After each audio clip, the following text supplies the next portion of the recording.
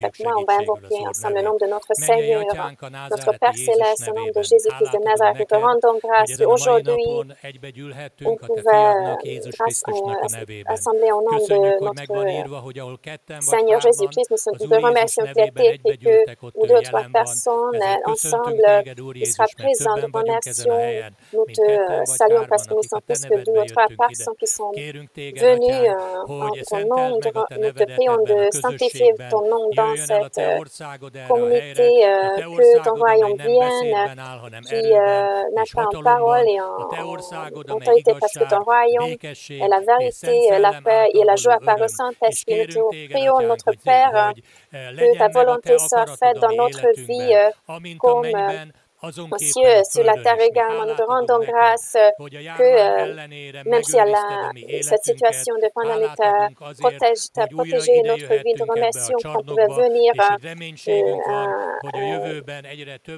ce parc à nouveau et que nous avons l'espérance que dans le futur, il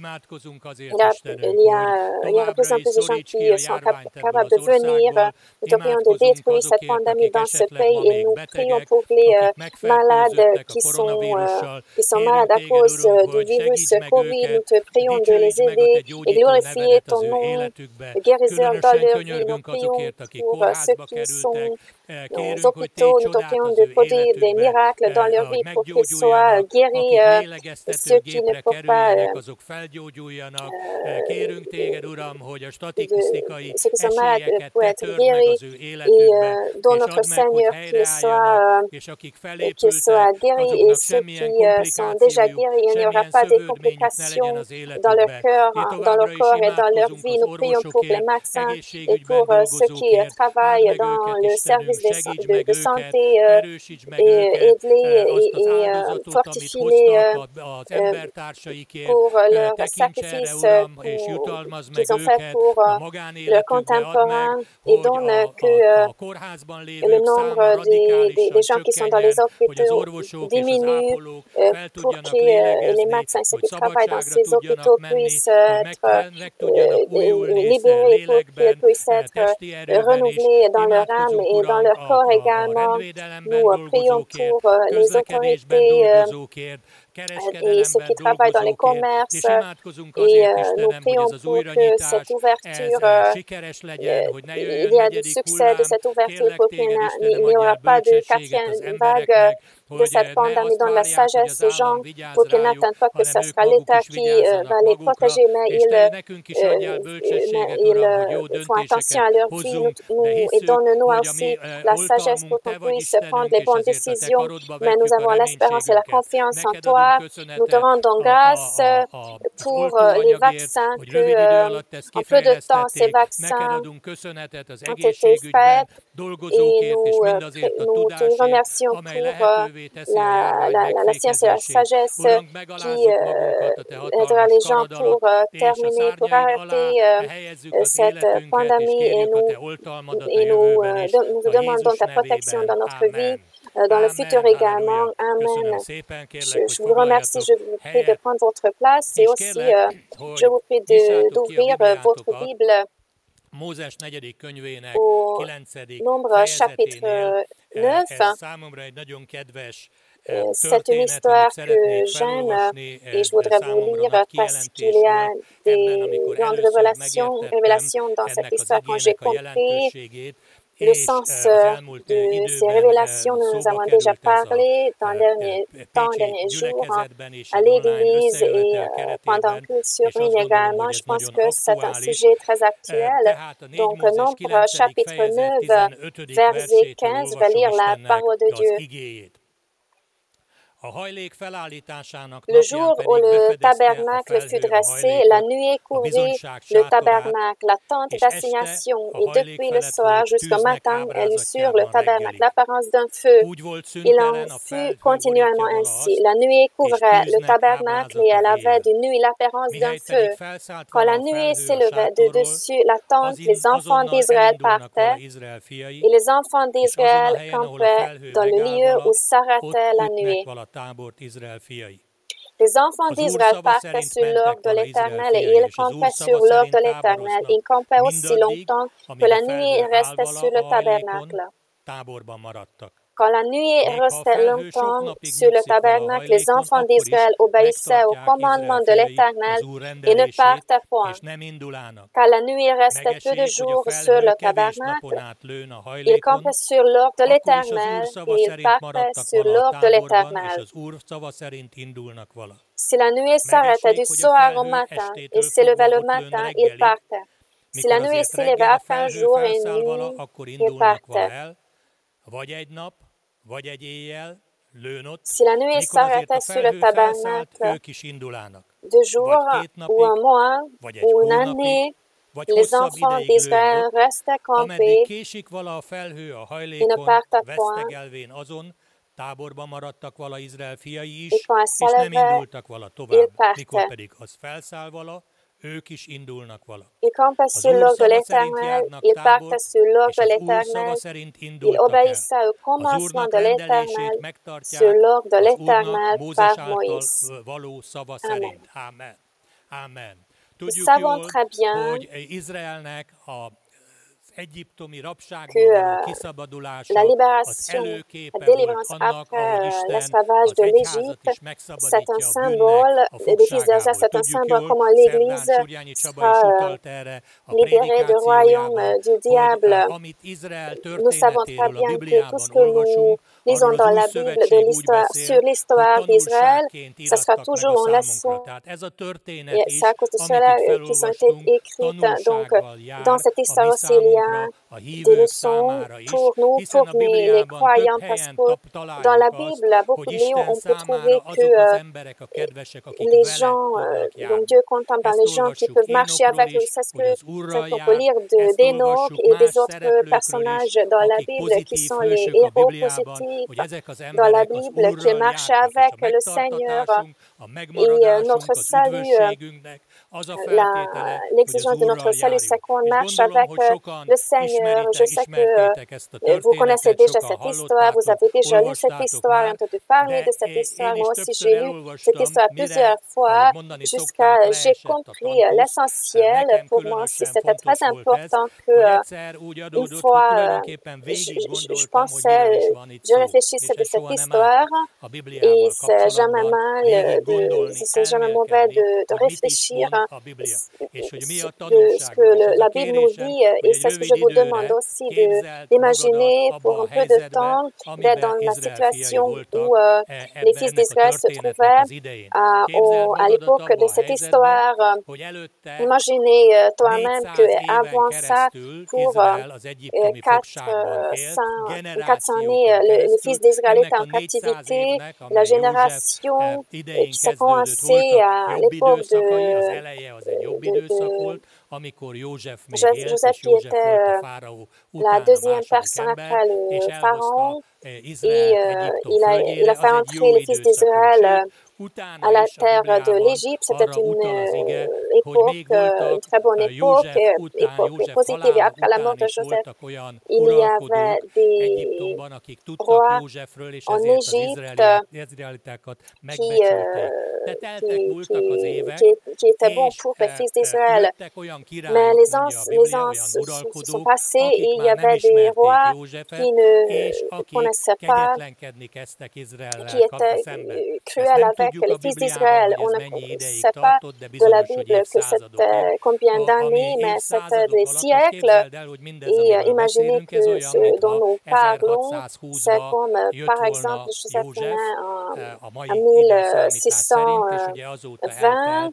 Et depuis cette année 400 est déjà passée, et donc dans les siècles, comme dans ta famille aussi, il y avait des traditions, et il y avait un mode de vie, c'était pas une bonne vie, ils étaient les esclaves, donc c'était pas une bonne époque.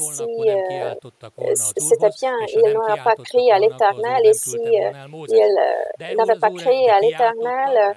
L'Éternel n'aurait pas envoyé Joseph, mais ils ont crié à l'Éternel parce que ce n'était pas bien d'être esclave. Et c'est aussi vrai pour nous, pas bien d'être un esclave, d'être soumis à quelqu'un. Et donc, il faut crier à l'Éternel.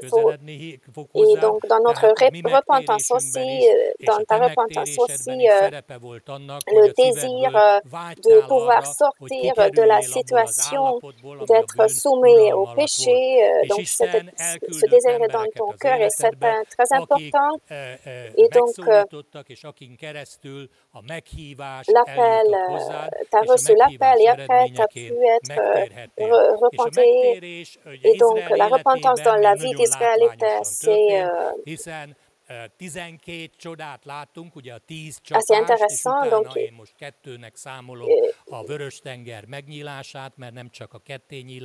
y avait des miracles, il y avait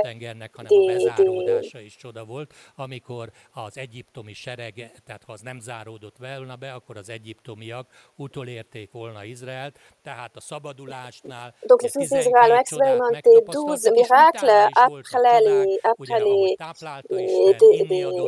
désastres. Par exemple, Dieu a divisé la mer Rouge. Et donc, après, ils sont arrivés à la montagne de l'Éternel. L'Éternel a conclu une alliance avec eux. Et l'Éternel a commencé les diriger.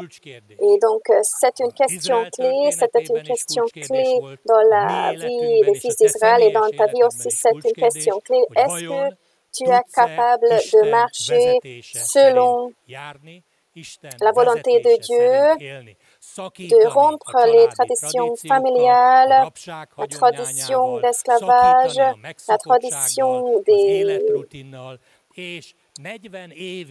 routines, et donc marcher pour 40 ans avec le Seigneur quand tu ne sais pas ce que le lendemain vous apportera. Donc, c'est une question très importante. Vous voyez qu'ils étaient en déménagement continuel. Les fils de Dieu, les fils d'Israël étaient toujours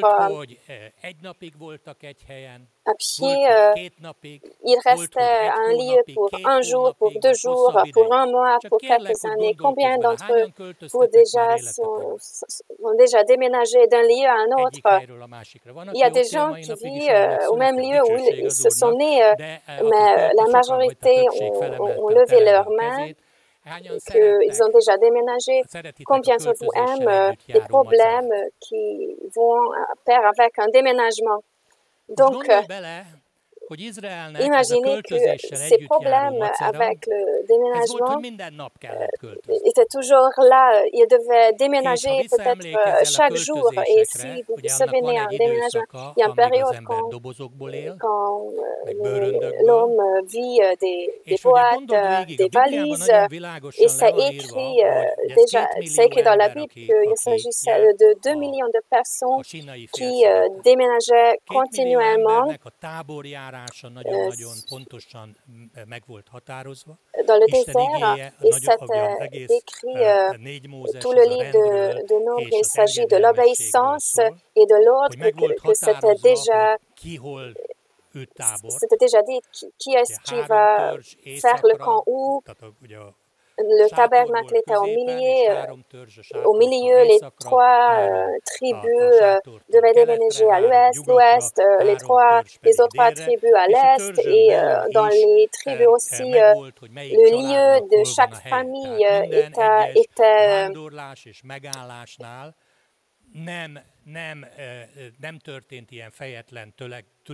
déterminé, et il y avait toujours l'ordre quelle tribu va camper où. Combien d'entre vous sont déjà allés en Israël, au désert? Vous avez vu que ce n'était pas quelque chose de...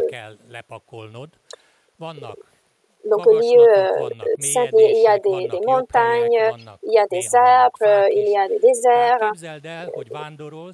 Et donc, imaginez que tu es en marche et la nuée s'arrête. Et donc, peut-être tu t'arrêtes à un lieu où il y a des arbres et tu es content qu'il y a de l'ombre. Il n'y a pas de soleil, du chaud. Tu fais ta tente et le jour suivant, tu te réveilles et tu vois le jour suivant, le matin suivant, que la nuée s'élève et donc tu dois partir. Au lieu suivant, tu te trouves sur une colline, tu fais ta tente et le matin suivant, tu vois que la nuée s'élève de nouveau et donc tu dois partir. Dans le 5e jour, tu te trouves à un bon lieu, mais après 2 jours, il faut partir à nouveau. Le suivant, tu te trouves à un lieu qui n'est pas idéal, il y a du vent, et donc tu y restes pour 1 mois.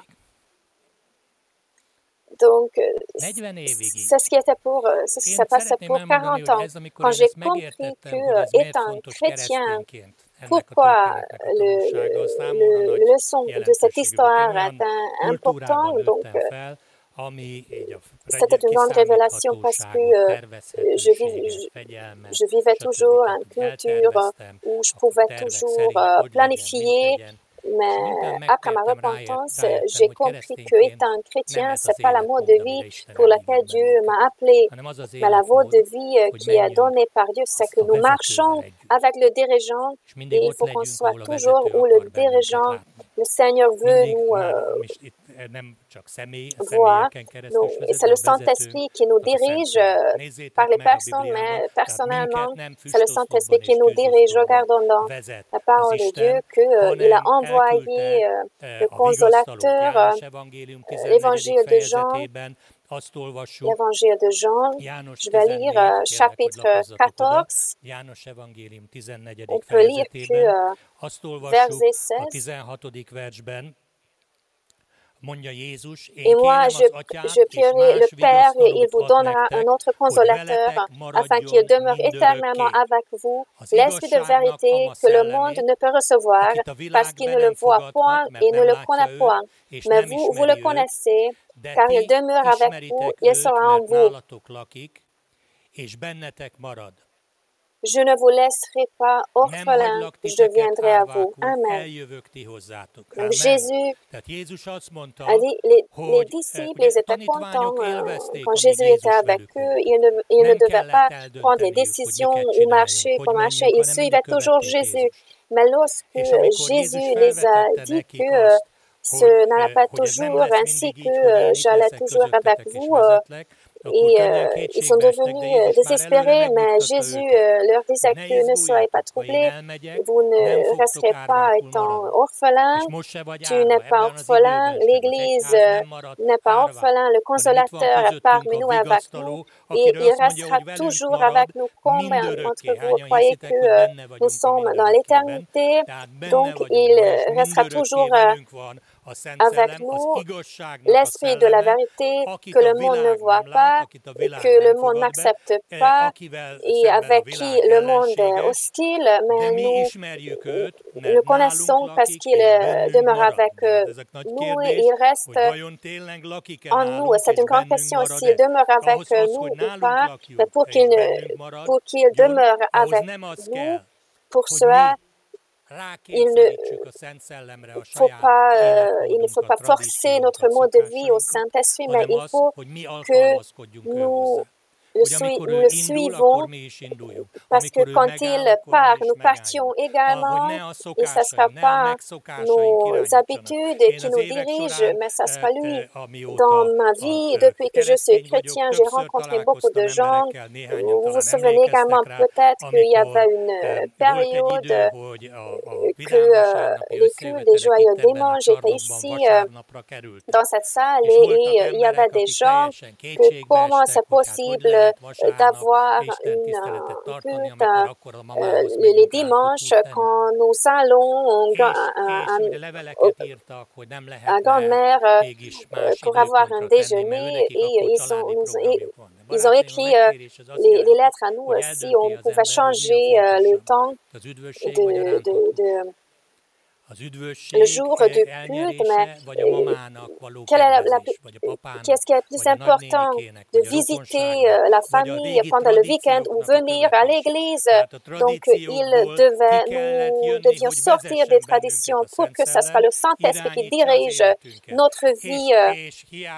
J'ai vu des bons exemples, les serviteurs de Dieu qui ont planifié qu'ils allaient avoir des congés, mais une situation est arrivée et ils devaient supprimer leurs congés parce que la première chose, c'est le ministère de Dieu. Et Dieu les a bénis. C'est ce que ça veut dire quand on marche avec le Seigneur, que ce ne sont pas des traditions, des habitudes qui nous dirigent. L'évangile de Jean, chapitre 15, verset 26, Jésus dit, le Saint-Esprit, quand sera venu le Consolateur que je vous enverrai de la part du Père, l'Esprit de vérité qui vient du Père, il rendra témoignage de moi. Et vous aussi, vous rendrez témoignage parce que vous êtes avec moi dès le commencement. Regardez qu'il envoie le consolateur Paraclétos qui nous donne les conseils, qui est le dirigeant, qui rend témoignage sans cesse que Jésus est le Christ ressuscité, qui est vivant, et nous sommes en lui, et lui, il est en nous. Et si le Saint-Esprit est en nous, alors, par le Saint-Esprit, nous pourrons témoignage. L'évangile de Jean, chapitre 16, il revient.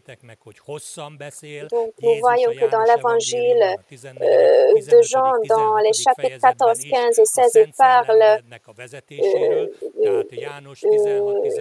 quand le Saint-Esprit dirige.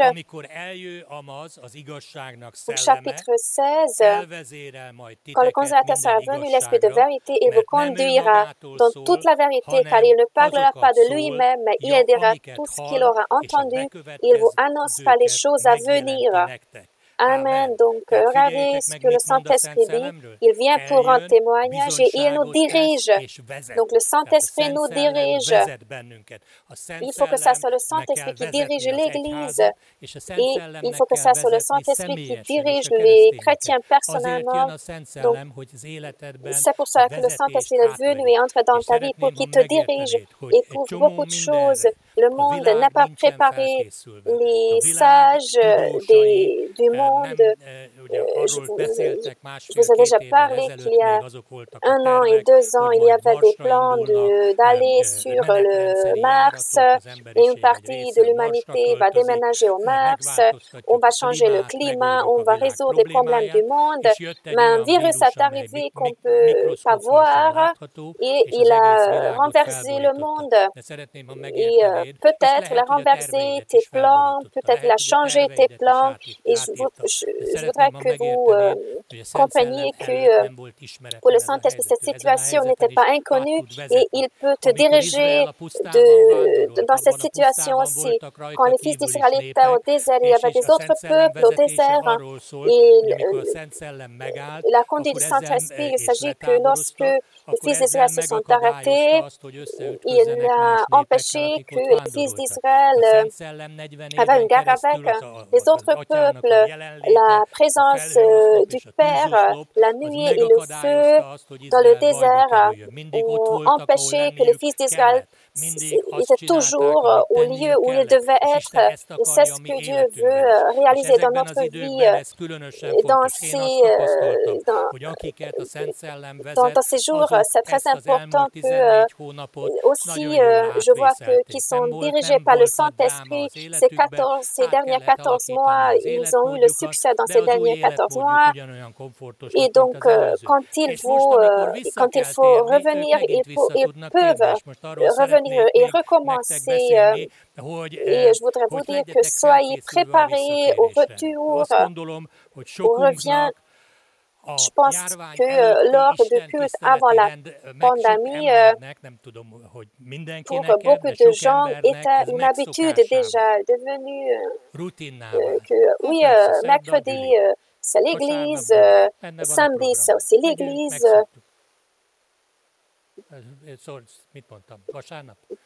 Donc, samedi, dimanche, l'église est culte. Pour moi, le dimanche aussi était toujours un culte. Nous venons à l'église, on était habitués à cela. Et j'ai une impression que cette jeûne de l'Église peut faire du bien à beaucoup de gens, que ce ne soit pas des habitudes qui nous conduisent dans la communauté, dans la vie de communauté, et venir à l'église. Oui, c'est devenu naturel qu'on a une salle, on a un parc, et l'église, il y a toujours l'église, on peut venir au culte, mais maintenant, de l'habitude, il fallait changer et avoir une communion personnelle très forte avec le Seigneur. Et ceux qui ont profité de cette situation, ils peuvent dire qu'ils ont une relation plus forte avec le Seigneur comme avant la pandémie. Ils ont une relation communion plus intime avec le Seigneur et le Saint-Esprit a œuvré dans leur vie. Mais maintenant, on s'approche à un changement d'époque. Peut-être on va se rassembler de nouveau petit à petit. Et mon impression, c'est que peut-être pour beaucoup de gens, d'être à la maison et regarder l'Église sur ligne est devenu une habitude. Qu'on pouvait louer l'Éternel de la maison. Chaba disait au culte de mercredi que vous tenez debout pour la louange à la maison également. Je me disais, il a une grande foi, donc on pouvait s'habituer à cette situation. J'ai entendu dire d'un chrétien, j'ai entendu une histoire, quelqu'un disait aux autres qu'ils regardent le culte sur ligne et ils mangent pendant le culte. Peut-être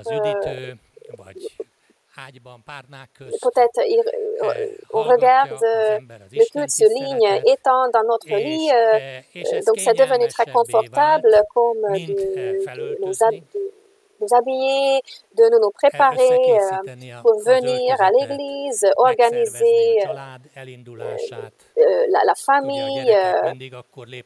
Les enfants font toujours quelque chose. Ils retrouvent quelque chose à manger avant de partir et venir à l'église.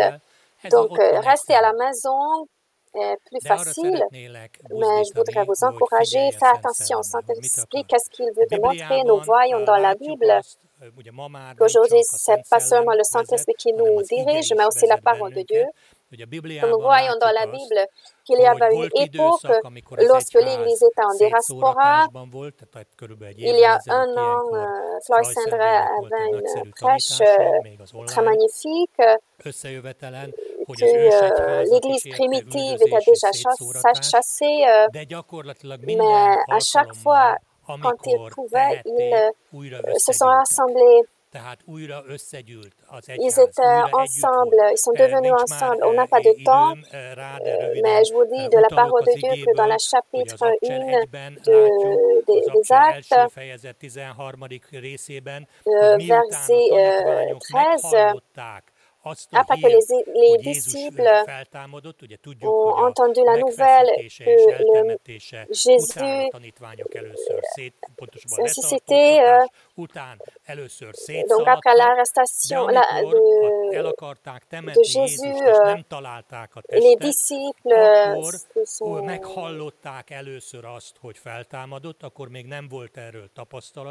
partis, mais après la résurrection, Dans le chapitre 1, nous voyons que verset 6, que les disciples se sont réunis et ils étaient avec le Christ ressuscité. Le Christ ressuscité leur disait ce qu'ils devaient faire.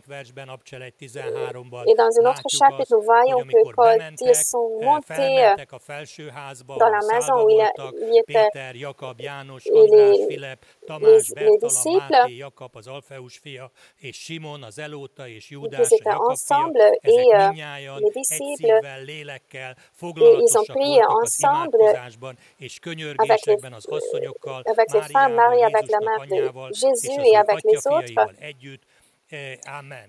Donc nous voyons que le message n'était pas que tout le monde aille quelque part et cherche le Seigneur là-bas, mais le message était que lorsque Jésus-Christ a été élevé dans les cieux, ils devaient rester ensemble.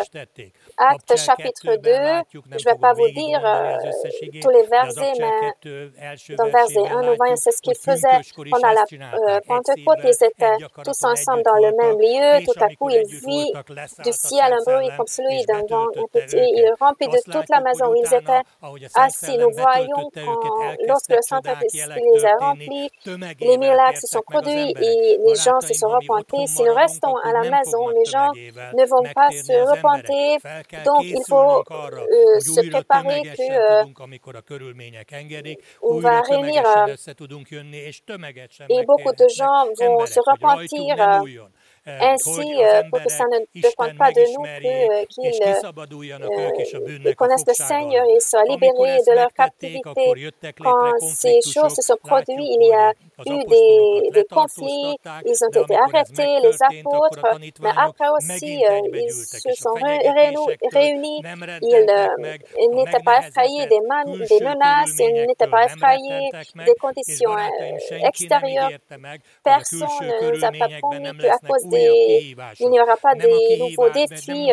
Jésus ne disait pas que celui qui construit sa maison sous le rocher, la tempête n'arrivera pas sur lui, mais il disait que celui qui construit sa maison sur la rocher, sa maison ne va pas être détruite. Et lorsque les apôtres étaient menacés qu'ils ne prêchent pas au nom de Jésus, ils n'enseignent pas au nom de Jésus. Ils se sont réunis de nouveau. Et dans chapitre 4, verset 23 des Actes, nous voyons que lorsque Jean et Pierre ont été libérés, ils disaient aux autres, ils ont parlé de tout ce qui s'est passé avec eux et ils ont prié ensemble et ils ont loué l'Éternel ensemble et ils ont entendu. Donc, chapitre 4, verset 30. En étendant ta main pour qu'il se fasse des guérisons, des miracles et des prodiges par le nom de ton saint serviteur Jésus. Quand ils ont prié, le lieu où ils étaient assemblés trembla. Ils furent tous remplis du Saint-Esprit. Ils annonçaient la parole de Dieu avec assurance. Donc, c'est pour cela que je voudrais vous encourager, mes frères et sœurs, que venez à notre culte, si c'est possible. Si vous restez à la maison et vous avez déjà fait des 2 vaccins et 2 semaines se sont passées à partir de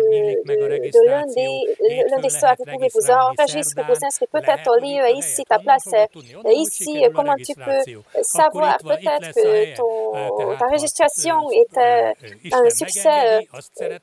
Parce que si Dieu veut ta place ici, mais si ta place est ici et si tu restes à la maison, peut-être tu ne seras pas capable d'entrer dans la bénédiction parce que la conduite de Dieu veut dire que nous sommes où Dieu veut nous voir d'être et tu fais que Dieu veut que tu fasses. Peut-être tu te dis que j'ai écouté à la parole de Dieu étant fatigué. J'ai entendu quelques phrases, mais Dieu veut que tu sois ici dans cette salle peut-être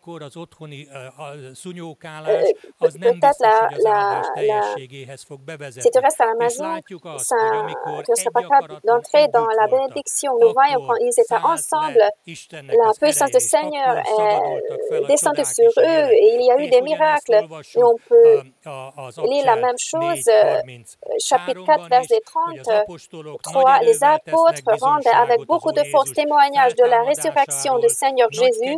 Une grande grâce reposait sur eux tous. Nous voyons qu'ils se sont rassemblés de nouveau et ils étaient en unité. Chapitre 5, après l'histoire d'Ananias et Saphira, l'Église a été sanctifiée, une grande sanctification est descendue sur eux et c'est ce que nous voyons dans le verset 14, que le nombre de ceux qui croyaient au Seigneur, hommes et femmes, s'augmentait de plus en plus, en sorte qu'on apportait les malades dans les rues et qu'on les plaça sur des lits et des couchettes, afin que lorsque Pierre passera, son ombre au moins couvrait quelqu'un d'eux. La multitude accourait aussi des villes voisines à Jérusalem, amenant des malades et des gens tourmentés par des esprits impurs, et tous étaient guéris. Mais c'était possible que dans le verset 12, on peut lire avant que beaucoup de miracles et de prodiges se faisaient au milieu du peuple, par les mains des apôtres, ils se tenaient tous ensemble au portique de Salomon. Donc, il ne disait pas que Pierre allait faire ton ministère et on va rester à la maison, on va te soutenir de la maison. Mais ils sont allés ensemble, ils étaient ensemble et c'est ainsi que la puissance de Dieu a été libérée. Et c'est ce que je voudrais vous dire, que préparons-nous au changement de l'époque. On ne sait pas si on aura la possibilité de venir au parc pour un jour, pour 2 jours, mais juste qu'on a la possibilité de se rassembler de nouveau. Venons et manifestons, Seigneur, que son œuvre est importante pour nous. Manifestons, démontrons au Seigneur notre respect en venant et nous faisons des sacrifices de notre bouche, comme l'Épître aux Hébreux dit, et nous faisons des dons.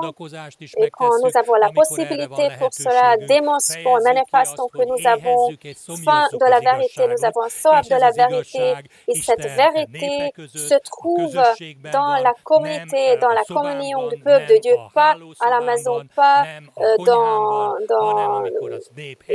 notre lit, mais dans le bâtiment de l'Église.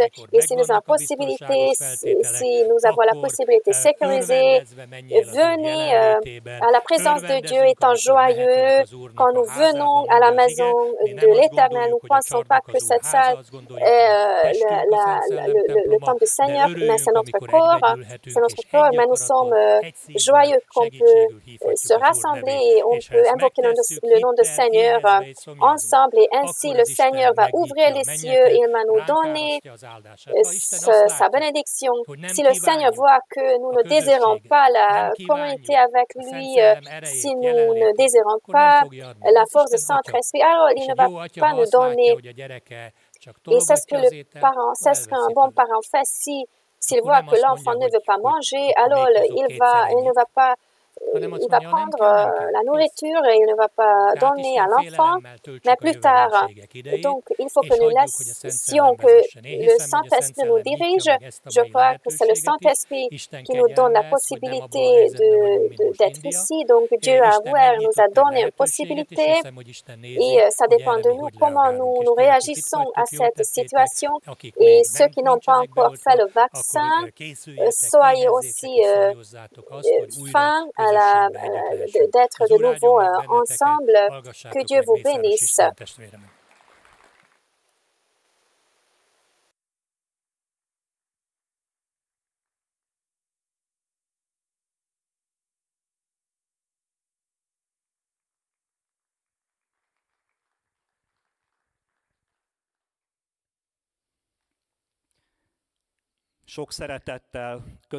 Moi aussi, je vous salue très chaleureusement, bien-aimés frères et sœurs, et j'aimerais vous signaler qu'après moi, dans la phase finale de notre culte, on aimerait assurer une possibilité à nos compatriotes qui suivent notre culte en ligne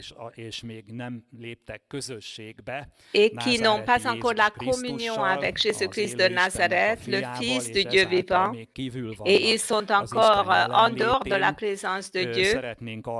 On aimerait leur donner la possibilité, dans la phase finale de notre culte, pour que vous aussi, devant l'écran, vous puissiez conclure alliance avec le Prince de la vie, le Roi des rois. Et avec cela,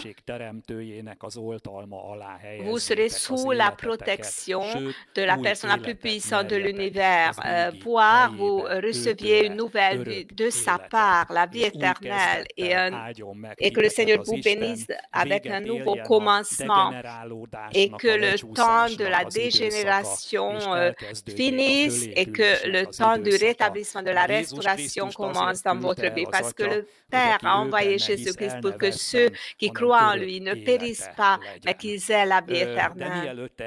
Mais avant que ça arrive à la fin du culte, je continue encore la prédication. Moi, j'aimerais aller à Romains 12.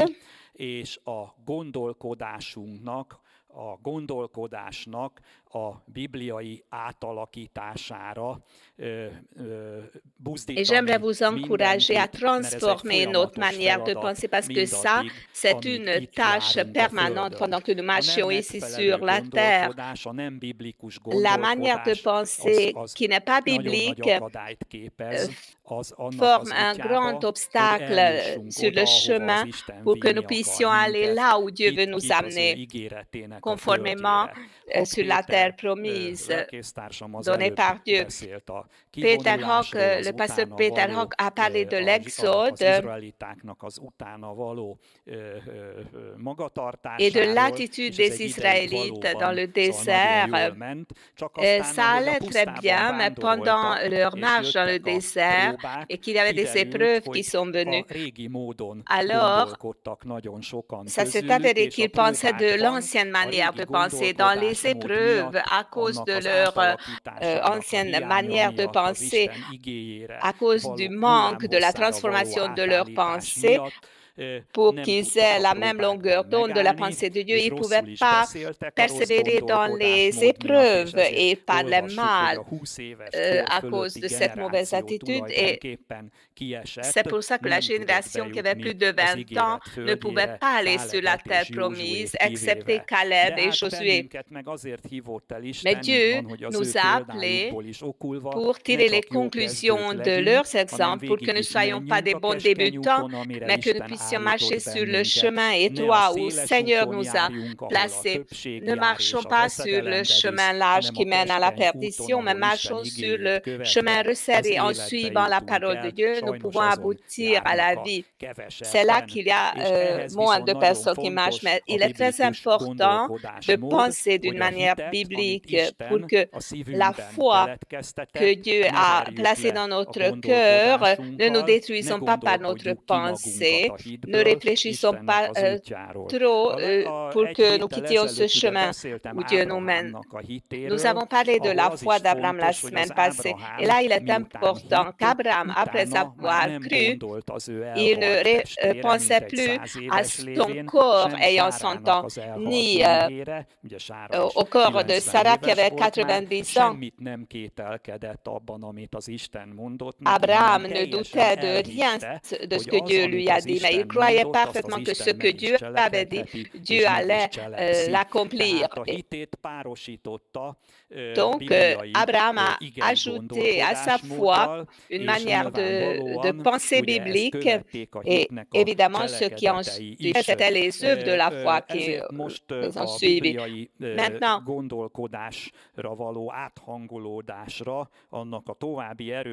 on aimerait maintenant fortifier comment on devrait parler parler d'une manière biblique et j'aimerais vous encourager à cela parce que c'est la tâche d'une vie entière, parce qu'il y a de nouvelles épreuves qui arrivent toujours, qu'on confronte et auxquelles on fait face et on doit savoir, on doit être dans le temps convenable, au bon endroit. C'est la clé de la vie victorieuse. Reconnaître le temps de la visitation de Dieu, reconnaître le fait que si je suis dans le bon endroit, dans le temps ordonné par Dieu, Dieu a préparé d'avance ses bonnes œuvres. Dans l'Épître aux Éphésiens, nous pouvons le lire. Et il aimerait que nous marchions dans ces bonnes œuvres. Et nous devons les trouver. Mais il est très important de penser d'une manière biblique à côté de la foi, comme l'apôtre Pierre avertit les croyants en disant qu'ils doivent ajouter à la foi des bonnes œuvres, auprès des bonnes œuvres une connaissance, pour que ce soit par la connaissance qu'ils agissent dans la foi. Donc, Épître aux Romains, chapitre 12, à partir du premier verset, c'est aux croyants que l'apôtre Paul écrit. Je vous exhorte donc, frères, par les compassions de Dieu, à offrir vos corps comme un sacrifice vivant, saint, agréable à Dieu, ce qui sera de votre part un culte raisonnable. Ne vous conformez pas au siècle présent.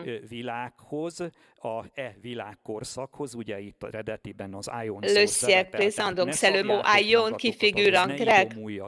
Ne vous conformez pas au siècle présent, mais soyez transformés par le renouvellement de l'intelligence afin que vous discerniez quelle est la volonté de Dieu, ce qui est bon, agréable et parfait. Amen. Donc, ce passage attire notre attention sur deux activités très importantes après la conversion et la régénération. C'est qu'on doit utiliser notre corps convenablement, c'est-à-dire on ne doit pas commettre des péchés, mais on doit suivre des normes bibliques, mais ce qui appartient, c'est pas seulement la révélation biblique, mais de vivre conformément aux lois naturelles, dormir suffisamment, se reposer suffisamment, avoir de la bonne alimentation et de la bonne nourriture que Dieu ne révèle pas parce que les lois naturelles nous enseignent tout ça si nous ne sommes pas aliénés de ces lois. Ça, c'est très important, aussi important que la foi, pour que nous puissions vivre le temps ici sur la terre que Dieu a planifié pour nous. Parce qu'il y a une tentation dans le croyant que son esprit est vivifié, son esprit est puissant et son corps ne peut pas suivre le rythme de son esprit. Donc, on doit utiliser notre corps conformément à la parole. On doit donc accepter les lois bibliques et on doit observer les lois naturelles pour que nous puissions faire dans notre corps tout ce que Dieu voulait d'avance, avant de nous former, qu'il fasse cela à travers nous.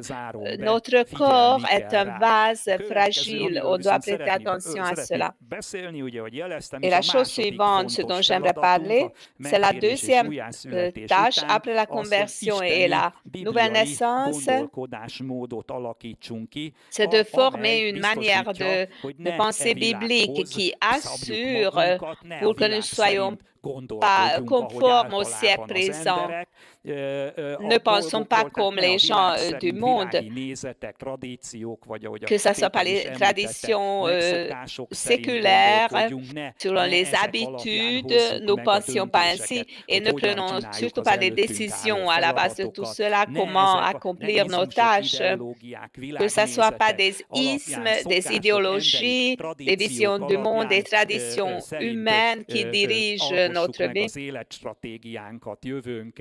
ne formons pas ainsi notre avenir, notre stratégie de vivre et imaginons le chemin qui mène, mais faisons tout ça d'une manière biblique, à la base de la vision divine, centrée sur Christ. Réfléchissons comment est-ce que Christ faisait telle ou telle chose. On doit toujours poser cette question. Regardons notre entourage à la base de la vision divine et évaluons le passé ainsi. Faisons selon les règles de jeu divines toute notre vie. Que ce soit avec la motivation de grands commandements, c'est-à-dire par l'amour de Dieu et par l'amour envers nos prochains. Travaillons ainsi, faisons nos jours quotidiens, nos travaux quotidiens. Là aussi, c'est avec amour, avec foi et avec espérance que nous devons accomplir nos choses quotidiennes. Formons nos plans à la base des promesses de Dieu, comme Abraham, et ne réfléchissons pas trop. Donc, nous devons être revêtus des connaissances bibliques et faisons nos tâches quotidiennes ainsi. Contemplons le monde d'après ces règles. Et où est-ce que nous avons la place là-dedans?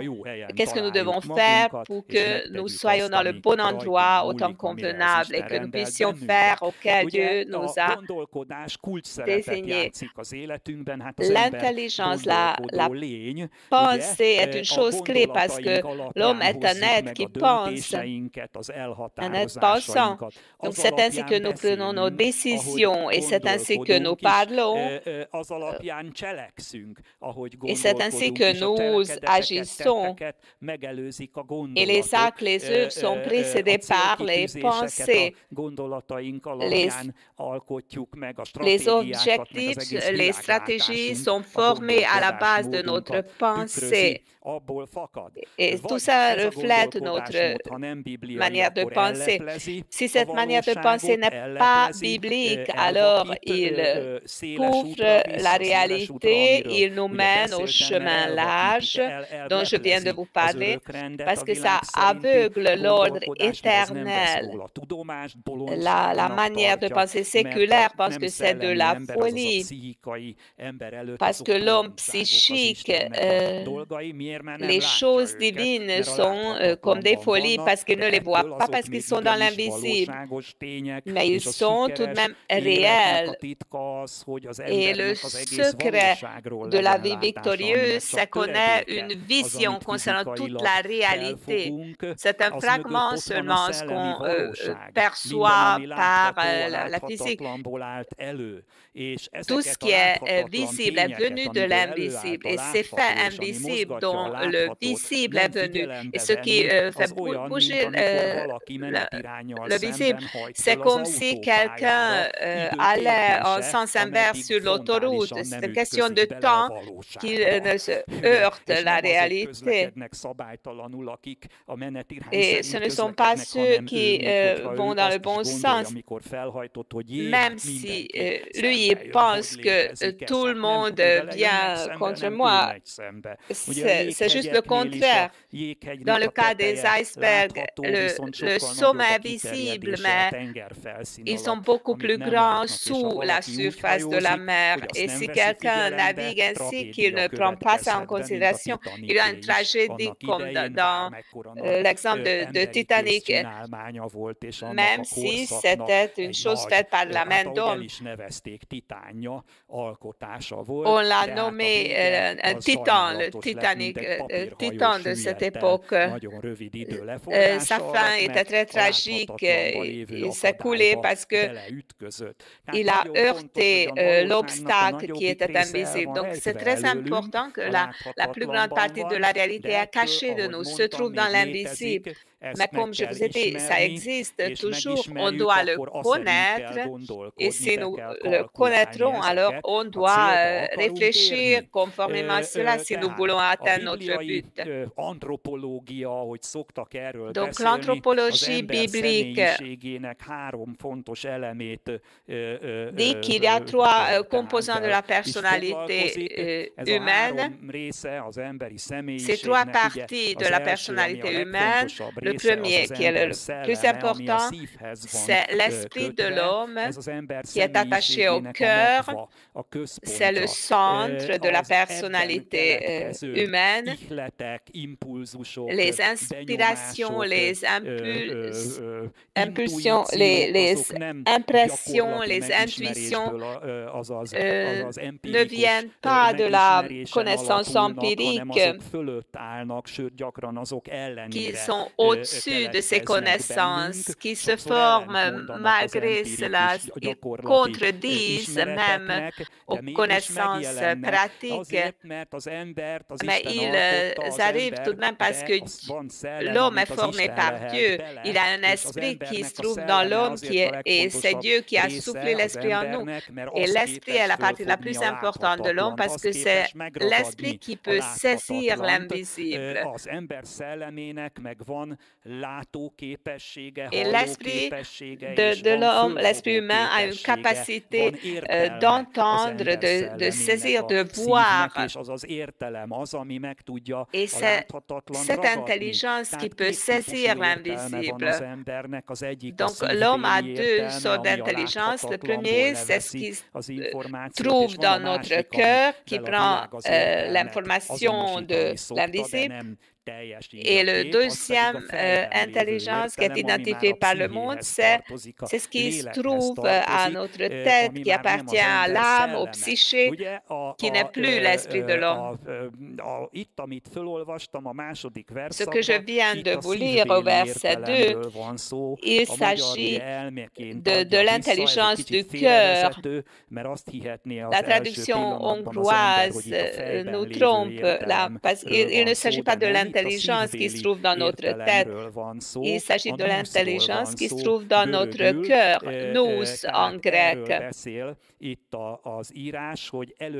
Donc la parole décrit cela, c'est que nous devons renouveler cette intelligence et on doit maintenir cela dans un renouvellement permanent. Comme ça est écrit ici. Alors, dans ce cas-là, nous pouvons comprendre dans notre esprit quelle est la volonté de Dieu, ce qui est bon, agréable et parfait. Et il est très important que si nous comprenons cela, nous ne devons plus nous conformer au siècle présent, mais à ce que notre intelligence a saisi des cieux. Je souligne cela parce que la deuxième partie de la personnalité d'homme, c'est son psyché. C'est dans le psyché que se trouvent des pensées, c'est le lieu où on pense, le lieu des émotions, c'est là que les émotions se créent, les désirs psychiques, le psyché est également le lieu de la volonté et c'est très important que ce psyché, cette âme soit harmonisée à travers le cœur aux informations qui viennent de l'invisible pour qu'ils soient en harmonie avec les informations qui viennent de l'invisible. Notre âme, notre psyché est une grande réservoir parce que l'âme humaine se nourrit des expériences empiriques. Nous avons les 5 sens. Oui, le centre.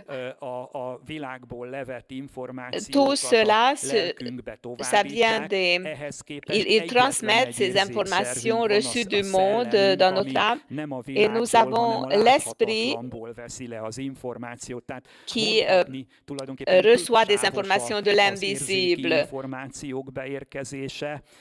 Donc, l'information qui vient dans notre âme vient sur plusieurs routes. Et Et ces informations se trouvent dans notre conscience, dans notre âme, et ce qui en suit du point de rencontre des deux qui viennent de l'invisible et qui viennent de l'autre sens, du visible, et quand ces deux se heurtent, qu'est-ce qui va arriver dans notre pensée? Quelle sera notre décision? Est-ce que nous soumettons les informations visibles et nous soumettons cela de ce qui vient de l'invisible? Alors, ce qui ensuite de ce rencontre au centre de l'âme se trouve là où l'esprit et le corps se rencontrent. Donc, c'est ce qui décide dans notre vie. Comment est-ce que nous pouvons entrer dans les promesses ou pas? Et je vous en parle justement parce que il est très important de soumettre nos capacités intellectuelles et nos expériences psychiques, des informations qui viennent du monde visible à la réalité qui vient du monde spirituel. C'est le monde spirituel qui est plus grand parce que le visible vient de l'invisible. Le problème, c'est que un pécheur a un esprit qui est mort. Si quelqu'un n'a pas la communion avec Dieu, parce que le péché met une séparation entre l'homme et Dieu, alors son esprit ne peut pas recevoir les informations parce qu'il est détaché de la source divine. Et alors son âme meurt. Et à partir de cela, son âme est détachée de la source, son corps également. Et les deux ne se heurtent pas, mais un tel homme est dans la captivité des convoitises, des informations qui viennent du monde, comme la foule pense, comme le monde pense, et ça domine l'homme. L'homme devient comme si quelqu'un habitait au rez-de-chaussée. Il nous élève de la terre, mais Dieu donne l'aide. Comment est-ce que nous pouvons être victorieux ici sur la terre? Et ce sont les informations qui viennent dans nous. Jésus n'a pas prié le Père pour qu'il nous ôte de ce monde, pour nous rendre exempts des expériences sensuelles, mais il nous a dit de nous garder dans le monde, qu'il nous aide à trouver des points de repère et que nous soyons capables de suivre sa volonté. C'est pour ça qu'il révèle des informations célestes par le Saint-Esprit pour nous. Donc, dans le cas du pécheur, l'esprit est mort. Et la conversion et la nouvelle naissance a pour résultat que l'esprit sera vivifié. L'esprit humain sera capable, après la nouvelle naissance, de recevoir, de saisir l'invisible à nouveau, qu'il ne pouvait pas saisir depuis des générations et des générations parce que les ancêtres étaient incrédules. Et c'est ainsi qu'on avait des stratégies de vie psychiques. C'est pour ça qu'il marchait sur le chemin large. Mais quand on est né de nouveau, alors son esprit sera capable de saisir le surnaturel, de voir l'invisible, de voir ce qui se trouve sous la surface de la terre et les choses qui se trouvent dans l'invisible. C'est ainsi qu'on peut naviguer pour atteindre notre but. Parce que son image concernant la réalité sera complète. Verset 2, c'est très important que le mot intelligence, dans ce cas-là, il s'agit de l'intelligence de notre cœur. Si Dieu l'a déjà renouvelé, alors nous devons le maintenir dans la présence de Dieu parce que c'est ainsi que la vie se fortifie dans notre esprit parce qu'on doit être en communion avec la parole et c'est ainsi que nous pouvons comprendre par cette partie de notre vie la volonté de Dieu. Et ensuite, nous ne devons plus nous conformer à la manière de penser pensées de ce monde, mais nous devons nous élever au niveau spirituel, toutes nos pensées. Nous devons donc spiritualiser notre âme, notre manière de penser. Ça ne se transforme pas en esprit, mais ce qui arrive, c'est que les informations qui viennent de l'esprit vont dominer notre sphère psychique. Et les informations qui viennent du monde ne pourront pas nous détacher de la source divine. Ça donne une tension sans cesse dans la vie chrétienne parce que du monde sensuel viennent des informations de plusieurs sources, mais Ésaïe, allons à Ésaïe 55, ce que le Saint-Esprit dit à travers le prophète Ésaïe, c'est que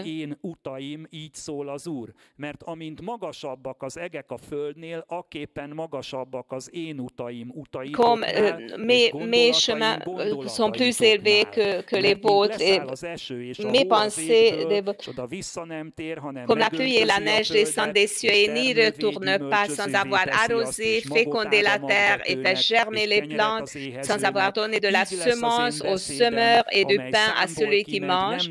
Ainsi en est-il de ma parole qui sort de ma bouche. Elle ne retourne point à moi sans effet, sans avoir exécuté ma volonté, accompli mes desseins. Oui, vous sortirez avec joie et vous serez conduits en paix. Les montagnes et les collines éclateront d'allégresse devant vous, et tous les arbres de la campagne battront des mains. Au lieu de l'épine s'élèvera le cyprès, au lieu de la ronce croîtra le myrte, et ce sera pour l'Éternel une gloire, un monument perpétuel, impérissable. Alors c'est dramatique, c'est que pour un peuple qui vit dans une alliance, parce que c'est pour les Israélites que le Saint-Esprit parle. Il dit que mes pensées ne sont pas vos pensées. Au peuple qui avait une révélation directe de la part de Dieu, qui ils sont, à qui la parole prophétique a parlé, qui a été conduit par Moïse, et Dieu leur a parlé par plusieurs prophètes. Il y avait la révélation, et tout de même, il dit que mes pensées ne sont pas vos pensées, et vos voix ne sont pas mes voix, dit l'Éternel. Parce que à la base de vos pensées, vous allez sur une autre voie que la mienne. Et le prophète ne dit pas ça parce que c'est une loi objective que nos pensées ne peuvent jamais être les pensées de Dieu. Mais il parle de cette contradiction qui ne devrait pas être ainsi. Comme dans l'Ancien Testament non plus, il ne devrait pas être comme ça. Mais c'est surtout pas le cas dans le Nouveau Testament, quand Dieu a envoyé le Saint-Esprit en nous, comme Pierre a dit, pour nous conduire à chaque vérité, pour révéler l'avenir pour nous.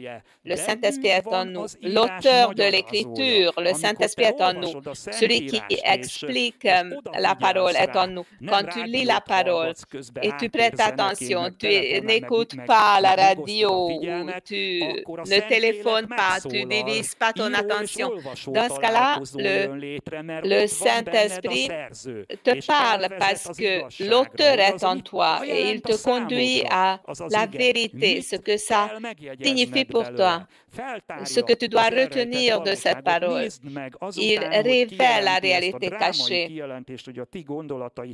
Après avoir dit cette révélation, que mes pensées ne sont pas vos pensées, à partir de verset 10 jusqu'à 14, il parle de la parole qui vient de lui et qui ne retourne point à Dieu sans effet, sans avoir exécuté sa volonté, accompli ses desseins. Et au lieu de la ronce, il crée l'Éden, si on prête attention à la parole, si on transforme sa manière de penser à la base de la parole, si on le prend au sérieux, si on suit la parole, alors il dit que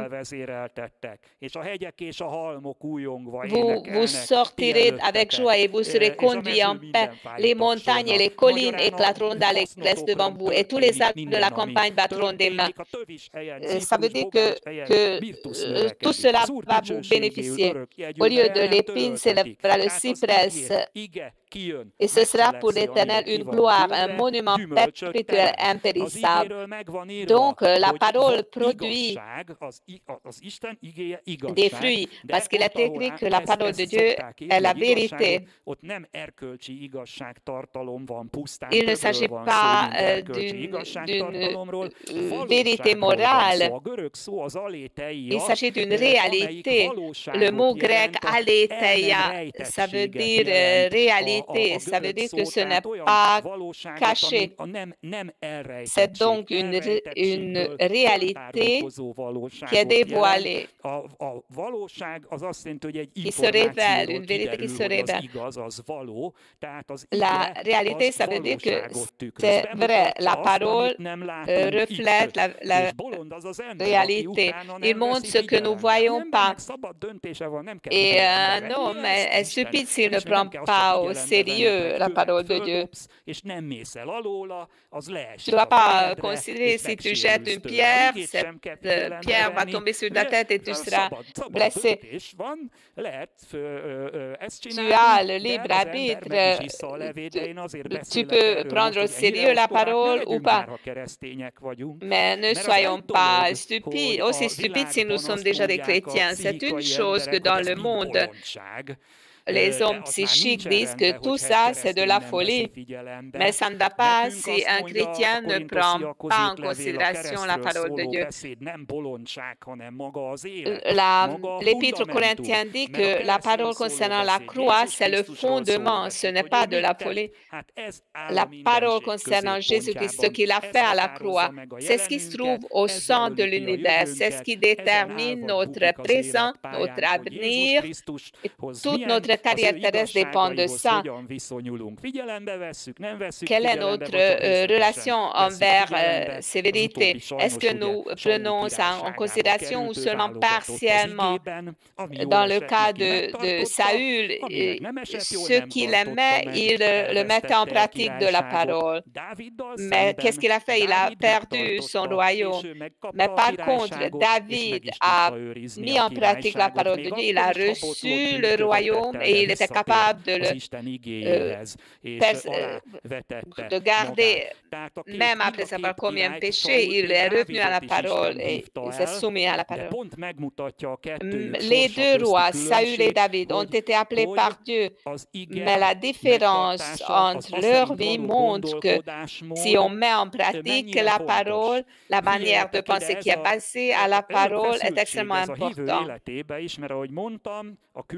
Cette tension est présente dans la vie des croyants parce que les informations extérieures et les informations spirituelles se confrontent. Nous devons faire de l'ordre. Comment est-ce que qu'est-ce qui en suivra? Malheureusement,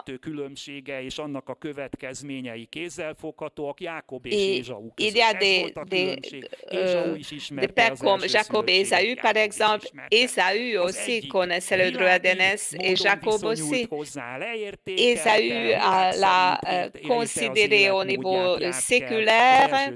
Il avait manière de vivre séculaire et il n'appréciait pas son droit d'aînesse, mais Jacob l'a mis à la première place pour lui, mais il ne luttait pas selon les règles d'une manière légitime. Dans le cas de Jacob, il a eu la bénédiction un peu plus tard, mais ce n'est pas facile, j'aimerais vous dire que si on doit commettre une erreur, je préfère l'exemple de Jacob que pour le droit d'aînesse, il faut que je fasse quelque chose, mais on doit en tirer des conclusions. C'est qu'il n'y a pas de bénédiction sur un héritage qu'on a reçu trop tôt. David est un bon exemple. Samuel a été oint par David a été oint par Samuel et David avait l'impression de monter cour du roi, mais ensuite il a quitté la cour du roi, voir Saül l'a persécuté, il voulait le tuer. Donc apparemment, c'est juste le contraire qui est arrivé dans sa vie, auquel il a été oint. Peut-être qu'il a même regretté d'être allé dans la cour du roi. Et regardez, je pense que David était frustré, peut-être dans le désert, qu'il était de plus en plus éloigné du but, mais même parmi la frustration, il a gardé, malgré les directions contraires, il a gardé sa manière de penser biblique.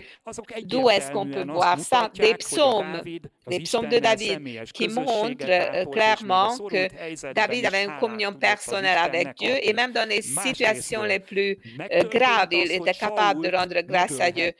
D'autre part, il est venu que David aurait pu tuer Saül parce que les amis de David étaient là et les amis de David ont dit que tu peux faire quoi que tu veux avec ton ennemi. David aurait pu mettre fin à la persécution par l'épée, mais il n'a pas levé la main contre l'oint et ça montre une grande qualité morale et la crainte de Dieu et la manière de vie selon Dieu. D'autres personnes auraient dit que celui qui m'a persécuté est entre mes mains, mais ne vengeons pas cela parce que la vengeance est à Dieu. La manière de penser chrétienne diffère de celle du monde. Et c'est à cause de ça que David a reçu de la grâce de la part de Dieu. Il n'était pas roi, mais il avait un homme nommé Nabal. Certains hommes riches me viennent à l'esprit qui avaient plusieurs brebis, milliers de brebis. Vous connaissez l'histoire. C'était les guerriers de David. Et le troupeau est resté. Nabal a chassé David. Voulait tuer la maison de Nabal. Mais il y avait Abigail à côté de Nabal, une femme qui avait la crainte de Dieu. Il est allé auprès de David et suppliait de ne pas tuer Nabal. Il y avait eu une révélation dans Abigail concernant le dessein de David. Si Abigail n'était pas venue, alors David aurait pu commettre un génocide. Mais comme celui qui marche selon la volonté de Dieu, même dans les situations critiques, est gardé par Dieu, il envoie des servants, des serviteurs à travers qui il lui parle. Donc, il est extrêmement important, bien-aimés frères et sœurs, de transformer notre manière de penser et soyons en harmonie avec la parole. La parole de Dieu est de la réalité, comme je viens de vous dire. C'est pour ça qu'on doit la connaître dans la profondeur, parce que sans la connaissance de la parole, il ne s'agit que d'un optimisme biologique. qui nous mène dans un cul-de-sac à la religion bigote. La question est de savoir si, n'est pas de savoir si nous avons de la foi, nous croyons dans les faits ou dans les images de notre fantaisie. La foi est une conviction des choses divines, donc c'est ce qu'on doit accumuler et construire dans notre manière de penser. N'oublions pas que cette réalité ne révèle pas seulement la réalité cachée, mais il porte également le contenu de la réalité. La parole va produire ce qui se trouve en elle. Il donne de l'œuvre au Saint-Esprit. Il donne un objet. Parce que sans la parole, le Saint-Esprit n'œuvre pas. Le Saint-Esprit est venu pour que la parole soit faite chair. Et c'est pour ça qu'on doit construire, transformer notre manière de penser et mettre la parole au centre. Il ne s'agit pas seulement du réma qui nous donne un message actuel. Il ne s'agit pas des paroles que le Saint-Esprit vivifie actuellement, mais il s'agit de toutes les autres paroles qui peuvent être vivifiées dans une situation. On doit amener le blé dans le grenier, même si on n'en a pas besoin. On ne peut jamais savoir quand une parole peut nous parler.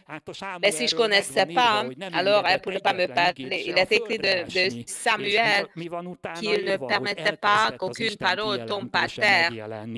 Et ensuite, la révélation de Dieu a commencé à se manifester en Israël. Donc, on doit apprécier la parole, bien-aimés frères et sœurs. On doit étudier, on doit lire la parole, parce que la parole est toujours plus profonde que de ce que nous avons connu d'elle. Et la parole d'aujourd'hui ne va pas suffire peut-être pour le demain. Et c'est ainsi que nous pourrons aller dans un bon endroit et accomplir ce que Dieu a préparé d'avance et reconnaître le temps de notre visitation. N'oubliez pas dans Ecclésiaste, il est écrit qu'il y a un temps pour tout. Il y a un temps pour toutes choses sous les cieux. Et le secret de la vie victorieuse, c'est que nous devons faire les choses quand il y a un temps pour cela. C'est pour ça qu'il a envoyé le Saint-Esprit et il nous a appelés. C'est ce que je vous souhaite à vous tous, que le Seigneur vous bénisse et écoutez Nagy József maintenant. Halleluja! Nagyon nagy szeretettel köszöntöm minden kedves jelenlevőt és azokat is, je vous salue très chaleureusement, ceux qui sont présents et ceux qui sont devant l'écran également et qui nous suivent ainsi. J'aimerais parler à ceux qui n'avaient pas encore conclu alliance avec le Dieu vivant.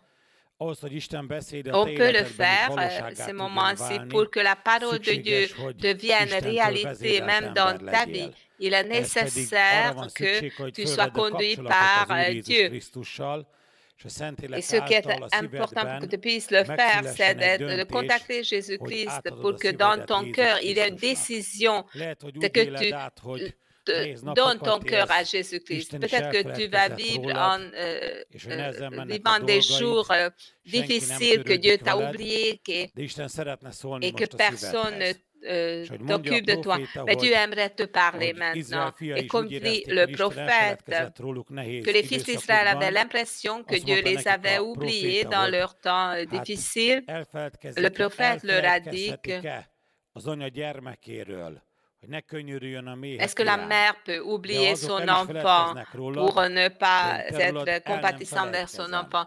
Même si eux, ils peuvent t'oublier, moi, je ne vais jamais t'oublier. Je t'ai gravé dans ma main. Donc, j'aimerais maintenant souhaiter une bonne journée des mères parce que c'est dimanche demain que ça aurait lieu. N'oublie pas ta mère, mais appelle-la ou donne-leur des fleurs ou rencontre-la parce que Le secret d'une longue vie, ce n'est pas seulement le vaccin, mais d'honorer tes parents. On dit qu'il y a une seule mère, mais je dis que c'est la Jérusalem céleste qui est également notre mère. Nous recevons la consolation à Jérusalem. Si tu invites Jésus-Christ dans ta vie et tu donnes ta vie à lui, alors il va t'enregistrer dans les cieux. Il va écrire ton nom dans le livre de la vie éternelle. Et toi aussi, tu deviendras un citoyen céleste et tu pourras recevoir la consolation à Jérusalem. J'aimerais vous lire un passage avant de prier. Pour ceux qui aimeraient recevoir Jésus-Christ dans votre vie, j'aimerais lire la parole dont donc Ésaïe 55.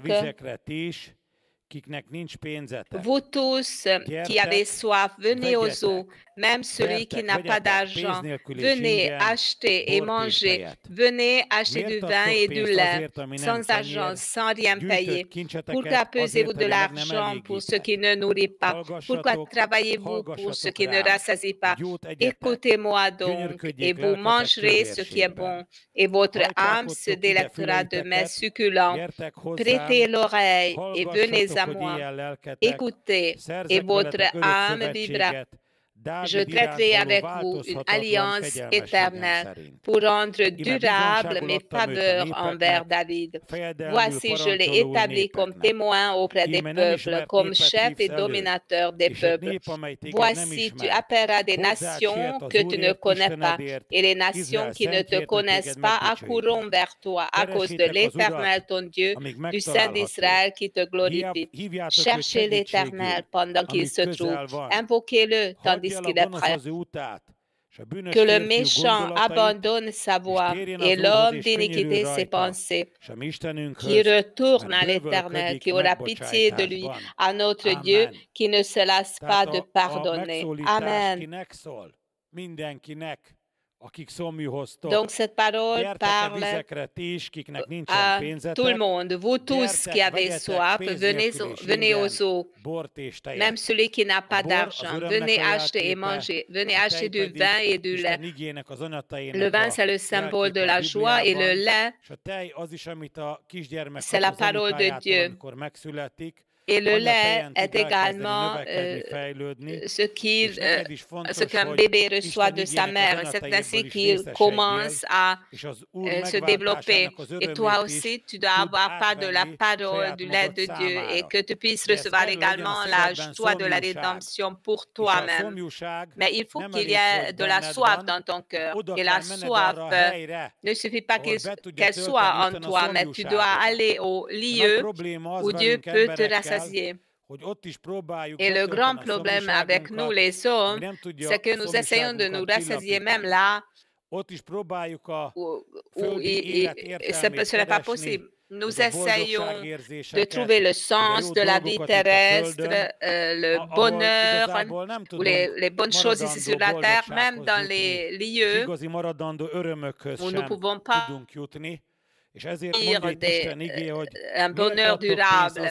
C'est pour ça que la parole de Dieu ici, que pourquoi pesez-vous de l'argent pour ce qui ne nourrit pas? Pourquoi travaillez-vous pour ce qui ne rassasie pas? Et maintenant que le monde commence à se réouvrir pour le monde entier, alors la plupart des gens veulent aller faire des grands booms ou de continuer de faire leur hobby. Mais ça ne peut pas vous rendre heureux d'une manière durable. Et même comme les portes s'ouvrent de plus en plus, il y aura des loisirs, des possibilités d'aller en vacances. Tu dois prêter attention à où est-ce que tu trouves, où est-ce que tu cherches le bonheur durable, à quoi est-ce que tu dépenses ton argent et à quoi tu prêtes attention.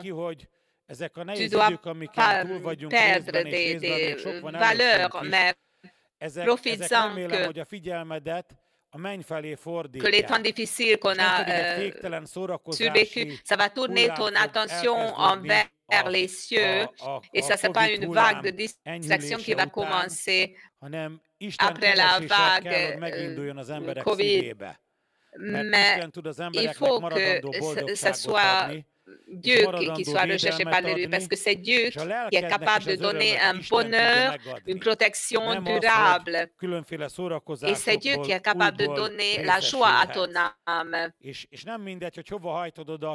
Sans des distractions différentes. Tu ne dois pas prêter l'oreille à n'importe quoi. Le prophète dit que prêtez l'oreille et écoutez-moi. N'écoutez pas vos copains ou vos cinq sens, mais ce que ton cœur te dit. Parce que c'est avec ton cœur que tu peux saisir Dieu, pas avec tes cinq sens terrestres. Mais si tu dois prêter attention, tourner ton oreille à la parole de Dieu, parce que c'est ainsi qu'à travers ton oreille que la parole de Dieu pénètre jusqu'à ton cœur. Et il ne faut pas que l'amertume, la dureté, l'endurcissement ou les peurs paralysent le chemin de la foi dans ton cœur. Mais ouvre ton cœur devant la parole de Dieu et écoute la parole de Dieu au cœur ouvert pour que ton âme vive. Parce que ton âme ne peut vivre que dans le Saint-Esprit, dans la parole de Dieu. Et Dieu va établir, Dieu va traiter avec toi une alliance éternelle qui a été faite par le sang de Jésus-Christ. Pendant le dernier souper, quand Jésus a pris la coupe et il a dit que c'est mon sang, le sang de la nouvelle alliance qui est versé pour le pardon des péchés. Quand il a pris le pain, il a brisé, il a rompu le pain, il a dit que c'est mon corps qui est rompu pour vous. Et c'est la nouvelle alliance dans le sang de Jésus-Christ, dans le corps de Jésus-Christ, mais tu dois prendre une décision. Et la décision, c'est que tu dois chercher l'Éternel pendant qu'il se trouve. Tu l'invoques tandis qu'il est prêt. Dieu est près de toi maintenant. Il est près de ton cœur et de ta bouche. Si tu crois dans ton cœur et tu le confesses par ta bouche que je crois en toi, Jésus-Christ, je crois que tu es mon sauveur, tu es mon délivreur, mon Dieu, le Fils de Dieu. Pardonne-moi mes péchés, donne-moi la vie éternelle. Alors dans ce cas-là, Dieu va exaucer cette prière.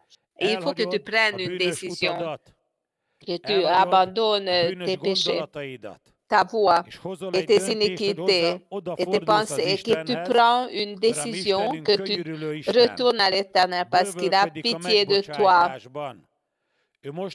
Il ne se lasse pas de pardonner.